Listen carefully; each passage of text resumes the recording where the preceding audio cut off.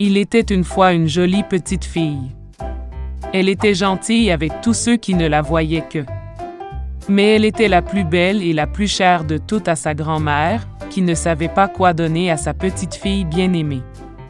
Une fois, elle lui a donné un chapeau de velours rouge.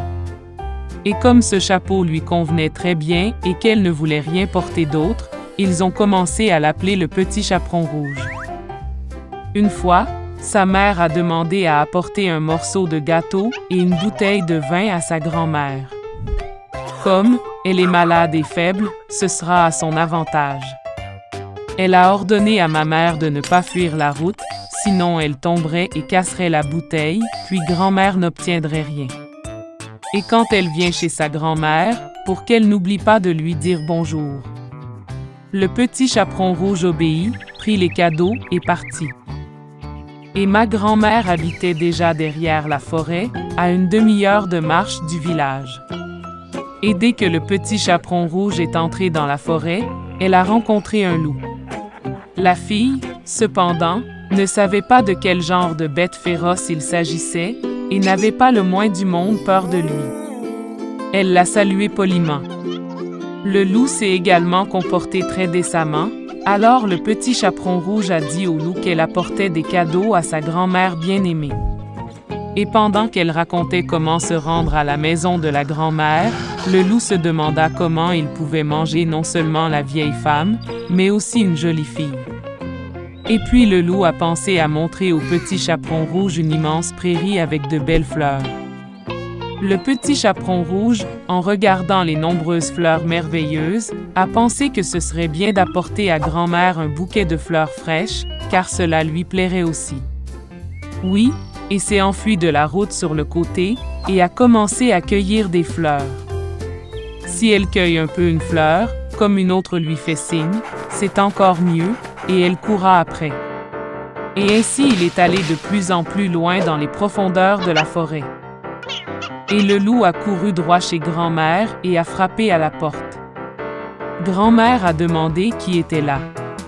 Et le loup répondit d'une voix mince que c'était le petit chaperon rouge qui apportait la tarte et le vin. La vieille femme crut et ordonna d'appuyer sur le loquet et d'entrer.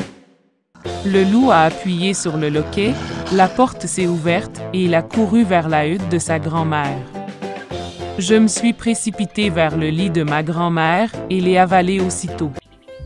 Puis il enfila la robe de sa grand-mère et sa casquette sur sa tête, se coucha et attendit. Pendant ce temps, le petit chaperon rouge a couru après les fleurs, et quand elle en a eu autant qu'elle pouvait en porter, elle s'est de nouveau souvenue de sa grand-mère et est allée chez elle. Elle a été très surprise que la porte soit grande ouverte, et quand elle est entrée dans la pièce, elle a appelé sa grand-mère. Il n'y avait pas de réponse. La petite fille s'approcha du lit et vit, grand-mère mentait, et elle avait tiré sa casquette sur son nez, et cela semblait si étrange. Le petit chaperon rouge a demandé avec étonnement pourquoi grand-mère avait de si grandes oreilles. Et le loup a répondu d'une voix de grand-mère pour mieux entendre. Puis le petit chaperon rouge a demandé pourquoi grand-mère avait de si grands yeux. Pour mieux te voir, répondit le loup. Et les bras sont si grands qu'il est plus facile à saisir. Et quand le petit chaperon rouge a vu la bouche du loup, et lui a seulement demandé pourquoi grand-mère avait une si grande bouche si méchante, le loup s'est jeté sur elle en criant « Pour que je puisse te manger ». Et comment il a sauté dessous la couverture et a avalé la pauvre fille. Ayant eu assez de cette façon, le loup se recoucha, s'endormit et se mit à ronfler autant qu'il le put.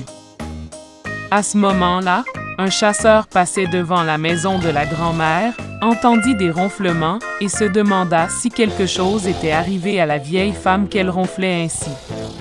Il entra dans la maison, alla vers le lit et vit que le loup y dormait. Et il chasse ce méchant depuis longtemps.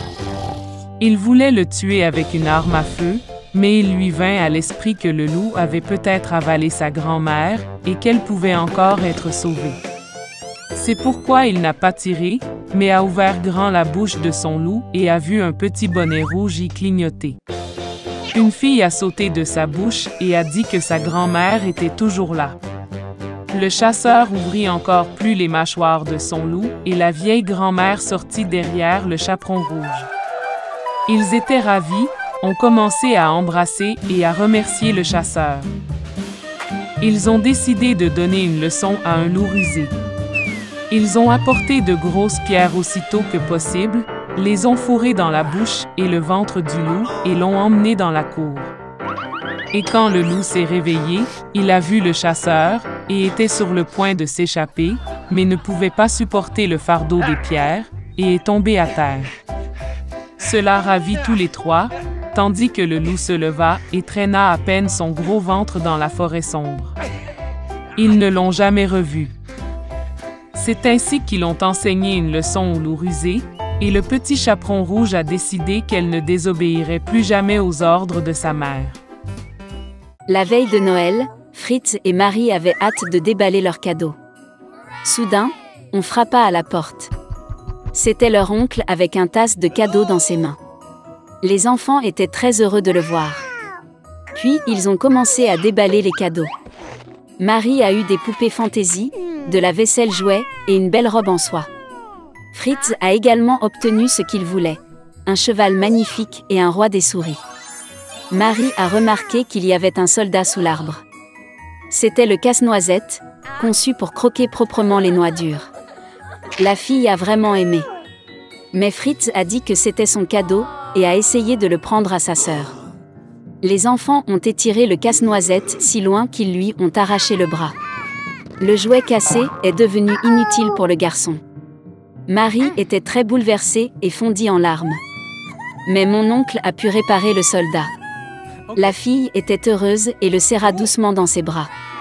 La journée était très chargée, alors elle s'est vite fatiguée et s'est endormie juste sous l'arbre. Pendant son sommeil, Marie a entendu des sons étranges. Ils étaient comme des histoires de souris. La fille ouvrit les yeux. Les objets de la maison semblaient beaucoup plus gros qu'ils ne l'étaient. Et l'arbre sous lequel elle s'est endormie est devenu absolument gigantesque. Marie se rendit compte que ce n'étaient pas les objets qui avaient augmenté, mais qu'elle avait diminué. Soudain, le roi des souris avec son armée apparut devant les yeux de la jeune fille étonnée. Marie avait très peur et voulait s'enfuir. Mais les souris géantes l'ont arrêtée. Et puis un miracle s'est produit, le casse-noisette a sauté sur ses pieds et a attrapé la fille. Ils ont instantanément grimpé dans l'arbre jusqu'à la bibliothèque, et le long de celui-ci sont arrivés aux jouets de Fritz. Il y avait toute une collection de soldats de plomb. Casse-noisette a appelé à l'aide. Les soldats ont immédiatement sauté sur leurs pieds et ont couru après lui. Casse-noisette a pris le commandement de l'armée, et les soldats ont commencé à combattre l'armée du roi des souris. La bataille entre jouets et souris était féroce. Mais, malheureusement, il y avait trop de souris, et l'armée de Casse-noisette a commencé à subir la défaite. Marie a vu cela et a couru hors de sa cachette. Elle a jeté sa chaussure sur le roi des souris et l'a frappé à la tête, et il est tombé au sol inconscient. Le reste des souris a réalisé que la bataille était perdue, et s'est enfui dans toutes les directions.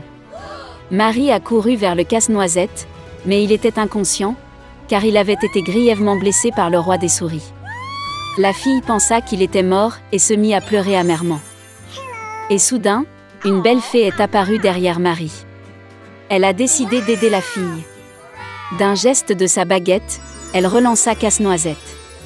Avec un deuxième mouvement de sa baguette, la fée transforma le soldat en un beau prince. Marie et Casse-noisette se regardaient avec des yeux aimants et ne pouvaient pas quitter les yeux. D'un geste de sa baguette pour la troisième fois, la fée a emmené le couple amoureux au royaume des bonbons. Les arbres étaient faits de bonbons et les fleurs de marmelade. C'était un endroit merveilleux. Marie ferma les yeux une seconde de plaisir. Et soudain, elle a entendu la voix de sa mère, qui l'appelait par son nom. Ouvrant les yeux, la fille vit sa mère, qui la regarda avec confusion. Marie ne pouvait pas non plus comprendre ce qui se passait. La fille a raconté son merveilleux voyage, mais sa mère ne lui a souri que gentiment. Puis Marie a vu le casse-noisette en éteint dans ses bras. Et puis elle s'est rendue compte qu'elle avait dormi sous l'arbre toute la nuit, et que tout ce qui lui était arrivé n'était qu'un rêve vivant. Quelques années plus tard, le neveu de leur parrain est venu rendre visite à Marie et Fritz. Dès qu'il est entré dans la maison, la fille est presque tombée au sol de surprise. Le garçon ressemblait à Casse-Noisette comme 2 gouttes d'eau. Il aimait aussi Marie à première vue. Après un certain temps, ils se sont mariés et n'ont pas vécu pire que dans le royaume magique des bonbons.